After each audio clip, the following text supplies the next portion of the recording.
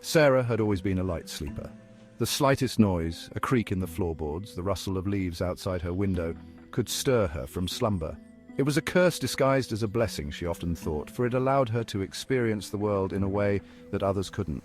The quiet hours, when the world slept and the shadows grew long, held a certain allure for her. But lately, this nocturnal world had taken a sinister turn. Every night, like clockwork, Sarah would wake up at precisely 3 a.m. At first, it was just a feeling, a prickling sensation on the back of her neck that jolted her awake. But then, as the nights wore on, the feeling intensified. She began to sense a presence in the room, something dark and undefined lurking in the corners of her vision. It was always there, just at the periphery, and whenever she tried to focus on it, it would vanish like smoke. Yet, the feeling of being watched, of being stalked by something unseen, remained. The digital clock on her nightstand blinked 3 a.m., its red digits glowing ominously in the darkness. She lay perfectly still, her heart pounding in her chest, listening intently for any sound, any indication that she was not alone. The silence was deafening, broken only by the steady rhythm of her own breathing. One night, as Sarah lay frozen in her bed, fear clutching at her throat, she saw it. A flicker of movement in the corner of her eye. She turned her head slowly, cautiously, dreading what she might find. And there, standing in the shadows cast by the moonlit window, was a figure. It was tall and slender, its form indistinct in the darkness, but undeniably there. Fear, cold and paralyzing, gripped Sarah's heart. She wanted to scream, to run, to do anything but lie there, helpless, as the figure seemed to draw closer. Its movements were slow, deliberate, as if it were savoring her terror.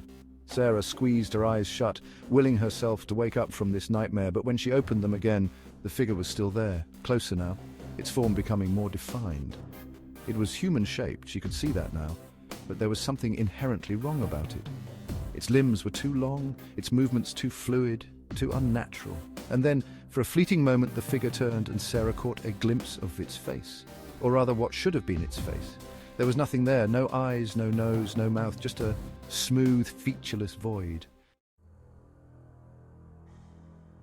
Night after night, the terrifying ritual continued. Sarah would wake at 3 a.m., her heart pounding in her chest, and there, waiting for her in the shadows, would be the figure.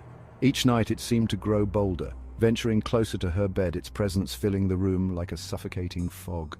Sleep became impossible. Sarah would lie awake for hours, her eyes darting back and forth between the shadows, her body tense, waiting for the inevitable moment when the figure would reveal itself. The lack of sleep began to take its toll. Sarah's grades started to slip, and she became withdrawn and irritable. Dark circles formed under her eyes, and her once vibrant personality seemed to dim, as if the shadowy figure were draining the life out of her. She tried everything she could think of to stay awake past 3 a.m. She would drink endless cups of coffee, read late into the night, even resort to watching cheesy late-night infomercials. But it was no use. Like a moth drawn to a flame, Sarah would always find herself drawn back to her bed, back to the waiting darkness and the terrifying figure that lurked within. The fear was consuming her, slowly but surely, wrapping itself around her like a shroud. She knew she couldn't keep this up, couldn't continue living in this state of perpetual terror. But what could she do? Who would believe her? Who would believe that every night a shadowy figure haunted her room, drawing closer with each passing moment? Desperate for help, Sarah finally confided in her friends. At first, they dismissed her claims as nightmares, the product of an overworked imagination. But as she described the figure in chilling detail, their amusement faded into concern. They had never seen Sarah like this, so shaken, so utterly terrified. They offered words of comfort, suggesting she try relaxation techniques, listen to calming music before bed, anything to ease her mind. Her parents, too, were worried. They took her to the doctor, who prescribed her mild sedatives, assuring them it was just stress manifesting in unusual ways. But the sedatives did little to quell her nightmares. The figure still appeared every night, its presence undeterred by medication or well-meaning advice. Sarah felt utterly alone, trapped in a nightmare that no one else could see.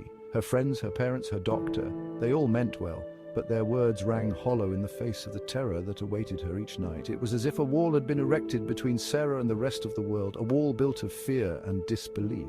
She was trapped on one side, screaming for help, while everyone else remained oblivious on the other, unable to hear her pleas or comprehend the danger she was in. The thought terrified her more than the figure itself. To be alone, truly alone in the face of such terror, was unbearable. Determined to prove she wasn't imagining things, Sarah came up with a plan. She would capture the figure on camera. Armed with her phone, she set it up on her nightstand, carefully aiming the lens towards the spot where the figure always appeared.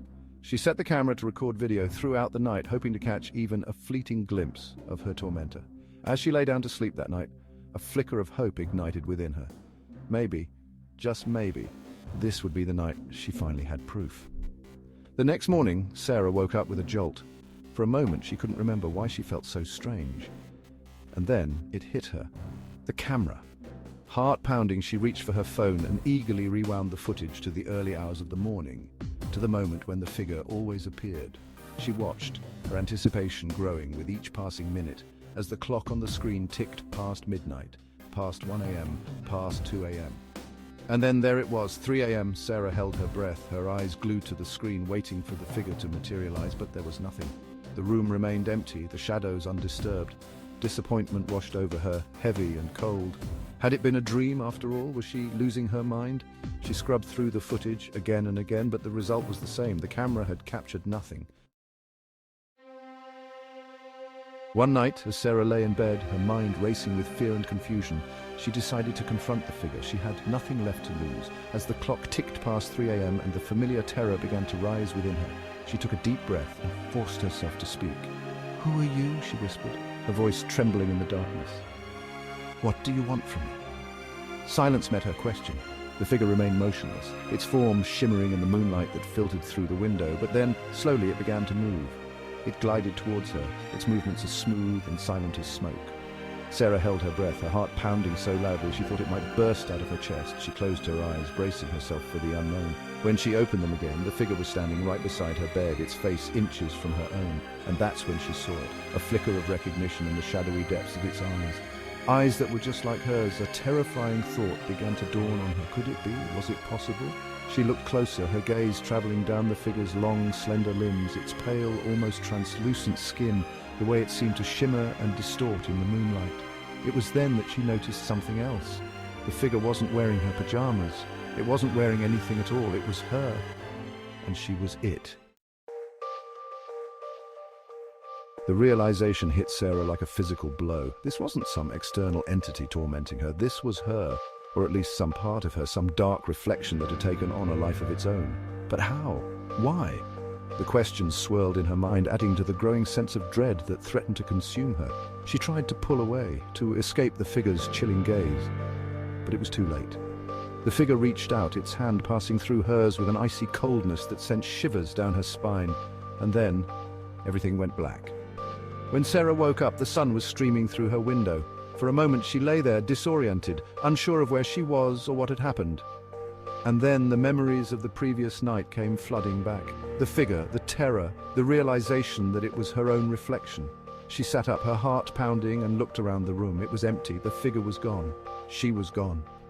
Relief washed over her, followed by a wave of exhaustion. She had never been so tired in her life. She stumbled out of bed and over to the mirror, half expecting to see the shadowy figure staring back at her, but there was only her, pale and shaken, but very much alive, or was she? As the days turned into weeks, Sarah tried to convince herself that it had all been a bad dream, a particularly vivid and terrifying nightmare brought on by stress or lack of sleep. But deep down, she knew the truth. Something had happened that night, something she couldn't explain, something that had changed her in ways she didn't fully understand. She may have escaped the shadowy figure, but she couldn't escape the feeling that a part of her was still missing. The nightmares stopped, but the fear lingered. It clung to her like a shadow, a constant reminder of the terror she had experienced. And then there were the whispers, soft, indistinct murmurs that seemed to emanate from the very walls of her room. They were always there, just at the edge of her hearing, whispering her name, taunting her with half-remembered dreams and unspoken fears. She tried to ignore them, to block them out, but the whispers persisted. They followed her everywhere she went, a constant, unsettling presence in her life. She was trapped, not in a physical sense, but in a prison of her own mind, haunted by memories she couldn't escape and whispers she couldn't silence. One day, Sarah disappeared. She was last seen by her parents, leaving for school as usual, but she never arrived. Her friends hadn't seen her, and her teachers hadn't marked her absent, assuming she was homesick. It wasn't until later that evening, when Sarah failed to return home, that the alarm was raised. The police were called and a search was launched, but it was as if she had vanished into thin air. Her room remained untouched, her belongings just as she had left them. The only thing out of place was a note found on her pillow, written in a shaky hand that was barely recognizable as her own. It simply read, "It's not over." The whispers, however, continued. They filled the empty room, echoing off the walls, a chilling reminder of the girl who had once lived there and the darkness that had consumed her. The mystery of Sarah's disappearance remained unsolved, a chilling tale whispered among the townsfolk. Some dismissed it as a runaway case, a troubled teenager seeking escape from a life she no longer wanted. Others, however, whispered of darker forces at play, of shadows that lurked in the night and whispers that could steal a person's soul. The truth, like the missing girl herself, remained elusive. The empty room stood as a silent testament to the mystery, the whispers a haunting reminder that some secrets are better left buried. And as the years passed, the whispers faded, not from memory but from the realm of the living, swallowed by the shadows from whence they came. But every now and then, when the moon hung low in the sky and the wind whistled through the trees, those who dared to listen could still hear them, faint and far away, like the echoes of a nightmare whispering Sarah's name, a chilling reminder that some questions are better left unanswered.